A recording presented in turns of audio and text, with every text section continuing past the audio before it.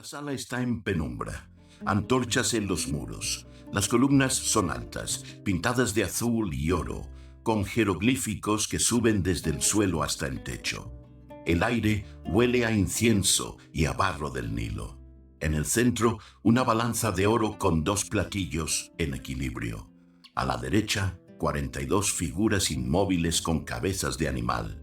El ibis, el chacal, el halcón, dispuestas en semicírculo como jueces en un tribunal que lleva funcionando desde antes de que existiera la palabra tribunal.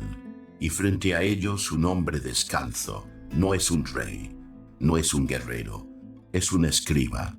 Se llama Ani. Vivió en el Imperio Nuevo de Egipto, aproximadamente en el año 1250 antes de nuestra era. Administraba graneros reales en Tebas y ahora está muerto y está de pie ante estos 42 jueces con el corazón literalmente en la mano, porque dentro de un momento ese corazón va a ser pesado contra una pluma. Abre la boca y lo que dice este escriba egipcio, que murió 300 años antes de que Moisés subiera al Sinaí, lo que dice ante sus jueces en la sala más sagrada del más allá egipcio, son estas palabras: no he matado, no he robado, no he mentido, no he cometido adulterio. He honrado a mi padre y a mi madre, no he tomado el nombre del Dios en vano. Ese texto tiene 3200 años y no lo escribió Moisés. Me llamo Rodrigo. Trabajé 20 años en una biblioteca de la Universidad del Valle de Atemajac cuidando libros que los alumnos no podían consultar sin autorización del rectorado. Un día me pregunté por qué no podía leerlos yo. Ese día empezó todo. Y mira que este tema llegó a mí de una manera que todavía me cuesta contar. Era mi tercer año de doctorado en filosofía antigua en la UNIVA. No teología, filosofía. Estaba escribiendo una ponencia sobre el concepto de justicia en las culturas del Próximo Oriente.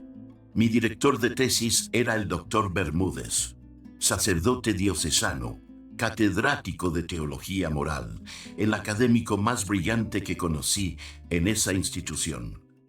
Hablaba 6 idiomas y los usaba todos con precisión. Cuando señalaba algo en un texto, señalaba exactamente lo que necesitabas ver. Hacia septiembre, mientras rastreaba antecedentes del código moral israelita, llegué a algo que no esperaba encontrar: el libro de los muertos egipcio, específicamente el Conjuro 125, la llamada confesión negativa. Una lista de declaraciones que el alma del difunto recitaba ante 42 jueces en la sala de las dos verdades. Puse el texto del Éxodo al lado. Leí los dos en paralelo, línea por línea, y pasé el resto de esa tarde sin poder levantarme de la silla.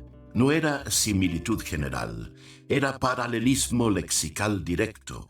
8 de los 10 mandamientos tenían correspondencia casi palabra por palabra en un texto que los egipcios habían documentado entre 1000 y 2000 años antes de que Moisés subiera al Sinaí. Escribí 3 páginas de análisis comparativo y las incorporé al borrador de la ponencia. Citas, fechas, fuentes, todo. El doctor Bermúdez leyó el borrador esa semana. Me citó en su despacho el jueves siguiente. Llegué con el borrador en la mano. Él ya lo tenía sobre el escritorio, con marcas de lápiz en los márgenes. Me dijo, muy tranquilo, con esa calma que tenía para las conversaciones difíciles: esto es interesante desde lo filológico, bien documentado, pero si lo presentas así en el Congreso, les vas a dar argumentos a personas que no entienden el contexto. Sácalo, o lo presentamos tú y yo juntos con el encuadre correcto. Saqué las 3 páginas. Presenté la ponencia sin ellas. Recibí comentarios favorables. El doctor Bermúdez asistió y aplaudió en el momento correcto. Ese borrador con las 3 páginas todavía está en un cajón de mi escritorio. Y el doctor Bermúdez no era un mal hombre. Era el más brillante que conocí en la UNIVA. pero el encuadre correcto era otro nombre para no en público. Y eso, con el paso de los años, me resultó imposible de aceptar en silencio. Entonces fui al texto, al original, no a los comentarios de divulgación, al papiro mismo, el papiro de Ani. 78 páginas de papiro pintado a mano, comprado por el arqueólogo E. A. Wallis Budge en Luxor, Egipto, en el año 1888 para el Museo Británico. Publicado en edición bilingüe, jeroglífico y traducción inglesa, en 1895. Hoy se encuentra en la sala 64 del Museo Británico, vitrina 14. Cualquier persona con acceso a Internet puede verlo digitalizado con el número de catálogo EA 10047. El alma de Ani, escriba real del Imperio Nuevo, fallecido aproximadamente en el año 1250 antes de nuestra era, recita ante Osiris y 42 jueces la lista de lo que no hizo en vida. En los estudios del Antiguo Egipto, esa lista se llama confesión negativa. No porque el difunto confiese pecados, sino porque declara, en forma negativa, los principios que respetó en vida. Prueba de inocencia ante el tribunal del más allá. Estos son los paralelos. No estoy interpretando nada. Estoy leyendo las líneas en orden. Éxodo 20, 13. No matarás. Confesión negativa. No he matado. No he ordenado matar. Éxodo 20, 15. No robarás. Confesión negativa. No he robado. Éxodo 20, 16. No darás falso testimonio contra tu prójimo. Confesión negativa. No he mentido. No he pronunciado palabras falsas. Éxodo 20, 14. No cometerás adulterio. Confesión negativa. No he cometido adulterio. Éxodo 20, 12. Honra a tu padre y a tu madre. Confesión negativa. He honrado a mi padre y a mi madre. Éxodo 27. No tomarás el nombre del Señor tu Dios en vano. Confesión negativa. No he pronunciado el nombre del Dios de manera falsa o impura. Éxodo 20, 17. No codiciarás. Confesión negativa. No he codiciado. 7 correspondencias directas. 8, si incluyes la referencia al descanso sagrado, que en la confesión negativa aparece como he observado los días de fiesta del Dios. ¿Tú qué harías con esas 3 páginas que saqué de la ponencia? La Iglesia lleva desde 1895 sabiendo que el papiro de Ani existe y tiene esos paralelos. 130 años de silencio pastoral. Piénsalo un momento.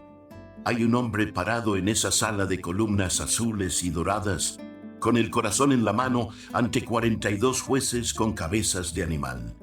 Y este hombre no es hebreo, no es cristiano, no ha escuchado nunca el nombre de Moisés, porque Moisés no ha nacido todavía. Y está diciendo ante sus jueces exactamente lo que a ti te enseñaron como mandamiento divino. Con las mismas palabras, en el mismo orden, con la misma estructura moral. ¿Lo llamas coincidencia? ¿O empiezas a hacerte preguntas que en el catecismo nadie te enseñó a hacerte? El papiro de Ani no es el principio de la historia.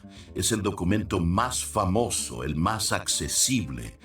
El texto mismo tiene raíces más antiguas. La confesión negativa que Ani recita en el año 1250 no la inventó ese siglo. Forma parte del Libro de los Muertos, una compilación de textos funerarios que Egipto fue reuniendo durante siglos.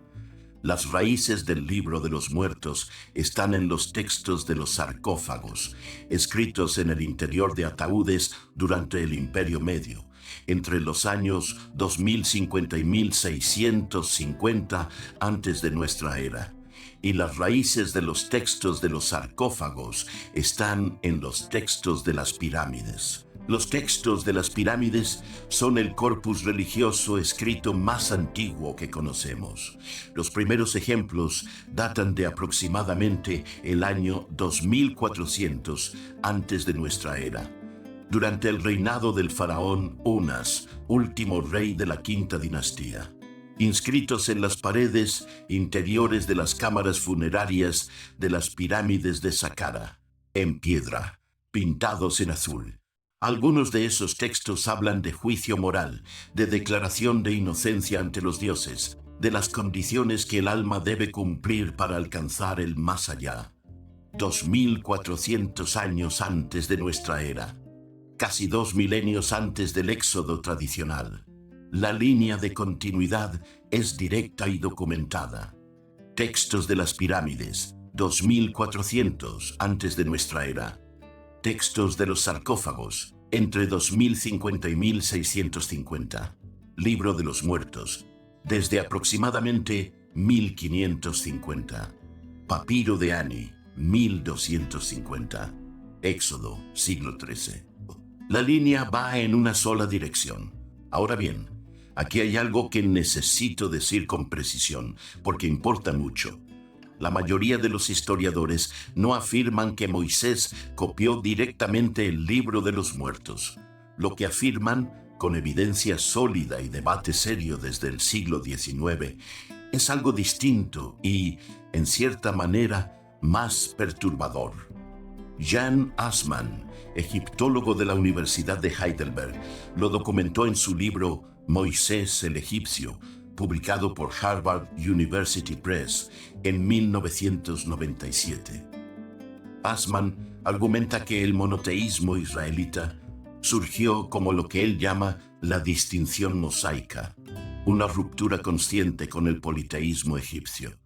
Pero esa ruptura, por radical que fuera en su teología, heredó las formas morales de la cultura que rechazaba. El Decálogo tiene la estructura de las listas de deberes de Ma'at, el concepto egipcio de verdad, justicia y orden cósmico, porque esa era la forma disponible para codificar la ética en ese mundo. Y luego está James Henry Breasted, orientalista de la Universidad de Chicago y fundador del Oriental Institute, la institución de referencia en el estudio de las civilizaciones del Próximo Oriente Antiguo. No era un crítico de la religión. Era uno de los arqueólogos más respetados del siglo XX, y en su libro El amanecer de la conciencia, publicado en 1933, escribió esto: las cimas más altas de la moralidad humana en el mundo antiguo se encuentran en el pensamiento egipcio. No es un teórico antirreligioso, es el fundador del Oriental Institute, escribiendo después de décadas de excavación y análisis. El problema para la versión oficial no es que Moisés copió, el problema es que la revelación no fue única, que los valores del Decálogo ya existían en el mundo que rodeaba a Israel, en formas documentadas, con fechas verificables y localizaciones físicas conocidas. Si alguna vez sentiste que en el catecismo te dieron las respuestas antes de que pudieras hacer las preguntas, que la lista de mandamientos llegó ya cerrada, ya completa, sin historia detrás, sin el antes, que algo en la forma en que te enseñaron la moral religiosa era demasiado limpia, demasiado sin origen. El papiro de Ani te da la razón. La lista tiene historia, y esa historia no empezó en el Sinaí. Hay algo más que durante años nadie me mencionó en clase. El Decálogo aparece 2 veces en la Biblia. No es un dato de nicho académico. Está ahí, disponible para cualquiera que lea. Éxodo 20 y Deuteronomio 5. La misma lista de mandamientos con diferencias documentadas. La más notable es el 4.º mandamiento, el del sábado. En Éxodo 20:11, la justificación es cosmológica, porque en 6 días hizo el Señor los cielos y la tierra, y reposó el 7.º día. Por eso bendijo el día de reposo y lo santificó. En Deuteronomio 5:15, la justificación es histórica. Recuerda que fuiste esclavo en la tierra de Egipto y que el Señor tu Dios te sacó de allí con mano poderosa, por lo cual el Señor tu Dios te ha mandado que guardes el día de reposo. Son justificaciones diferentes, no complementarias, diferentes en su lógica fundamental. Una es cósmica, fundada en la creación. La otra es histórica, fundada en la liberación. Si el Decálogo fue dictado por Dios a Moisés en el Sinaí sobre 2 tablas de piedra, ¿cuál de las 2 versiones es la original? ¿Por qué la justificación del mismo mandamiento cambió entre el Éxodo y el Deuteronomio? Richard Elliott Friedman, especialista en la autoría del Pentateuco en la Universidad de Georgia, lo documentó en su libro ¿Quién escribió la Biblia?, publicado por HarperCollins en 1987. Friedman identifica 2 tradiciones redaccionales distintas que trabajaron sobre el Decálogo, no un documento revelado de una sola vez. Un texto que pasó por manos humanas, en contextos históricos distintos, con necesidades teológicas distintas. No es interpretación marginal, es crítica textual estándar que cualquier estudiante de teología aprende en el primer año de doctorado. Lo que no aprende, lo que no le dicen junto a todo lo demás, es lo que haces con eso cuando también tienes el papiro de Annie sobre la mesa. Ahora hay que ir al punto que más trabajo me costó articular, porque es exactamente el punto que el doctor Bermúdez no quería que yo presentara sin el encuadre correcto. Más de 300 años antes de que yo encontrara esas 3 páginas que terminaron en un cajón, alguien ya había formulado la pregunta contraria. Baruch de Spinoza publicó el Tractatus Theologico Politicus en el año 1670, sin nombre en la portada, porque Spinoza sabía perfectamente lo que les pasaba a quienes firmaban preguntas como las suyas. Lo habían excomulgado con el texto de Jerem, más severo que se conserva del período, cuando tenía 23 años. Vivía en La Haya puliendo lentes ópticos para ganarse la vida. Murió a los 44 años, solo, sin haber pedido que lo readmitieran en ninguna institución. En los capítulos 7º y 8º del Tractatus, Spinoza propone un método para leer cualquier texto que se presente como sagrado. Para leer con honestidad hay que hacerse 4 preguntas, no como ejercicio de escepticismo, como método básico de comprensión de cualquier documento humano. Primera, ¿en qué idioma fue escrito el texto original y qué dice exactamente en ese idioma? El Decálogo aparece 2 veces en hebreo, con diferencias reales en la justificación del mismo mandamiento. La lengua original muestra las costuras de una redacción humana en distintos momentos históricos. Segunda, ¿cuál era el contexto histórico de quien produjo el texto? El Israel que produjo el Éxodo vivía rodeado de culturas que llevaban siglos codificando sus sistemas morales en listas escritas.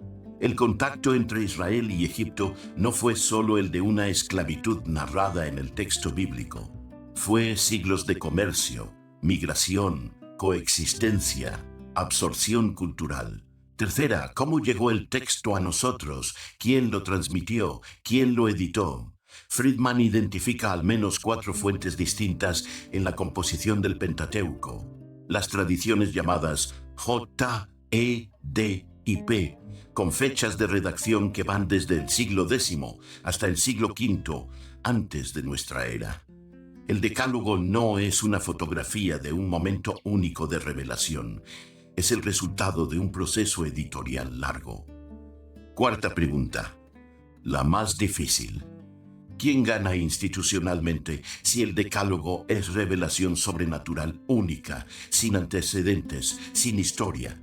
Gana una institución que puede presentar la moral que administra como de origen divino, no como producto de un ambiente cultural compartido. Gana una autoridad que no necesita rendir cuentas de sus similitudes con el mundo que dice haber trascendido. Spinoza no dijo que esa institución fuera maliciosa, dijo que era predecible, y que predecible no es inevitable. Y el doctor Bermúdez era un hombre brillante, y el encuadre correcto era, en la lógica de Spinoza, exactamente lo que era: la gestión institucional de lo que se puede saber y en qué condiciones se puede decirlo. Hay algo que no pude dejar de pensar en los días que siguieron a esa tarde en el despacho. Ani, el escriba egipcio, parado en la sala de las dos verdades con su lista de declaraciones morales. Y Carlos, porque de eso estamos hablando, de alguien como tú, que aprendió de niño los 10 mandamientos como si fueran la primera vez que esos principios habían existido en el mundo.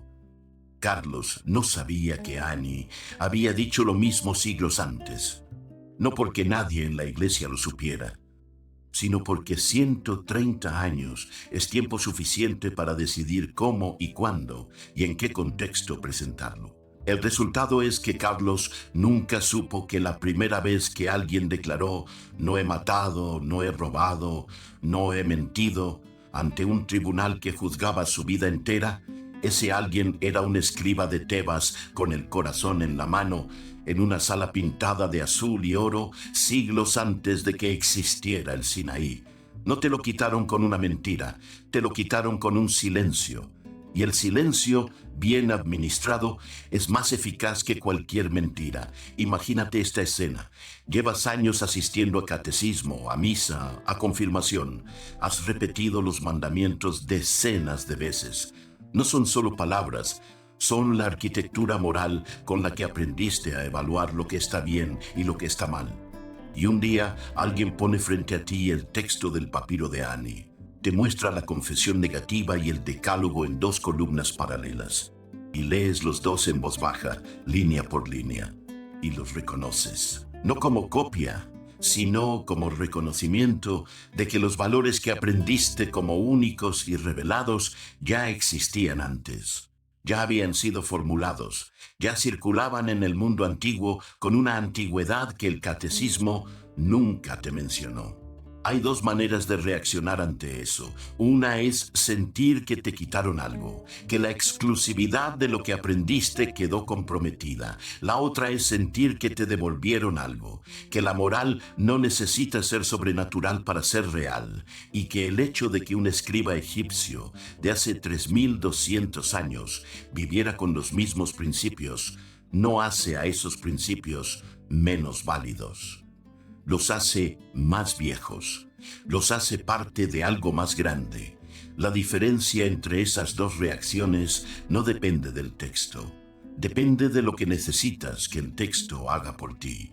Pienso en lo que haré la próxima vez que alguien me cuente que en el catecismo de sus hijos enseñan los mandamientos como revelación directa, sin historia, sin antecedentes. No voy a decirle que Moisés mintió. No voy a decirle que tiene que abandonar la moral que lleva años intentando honrar.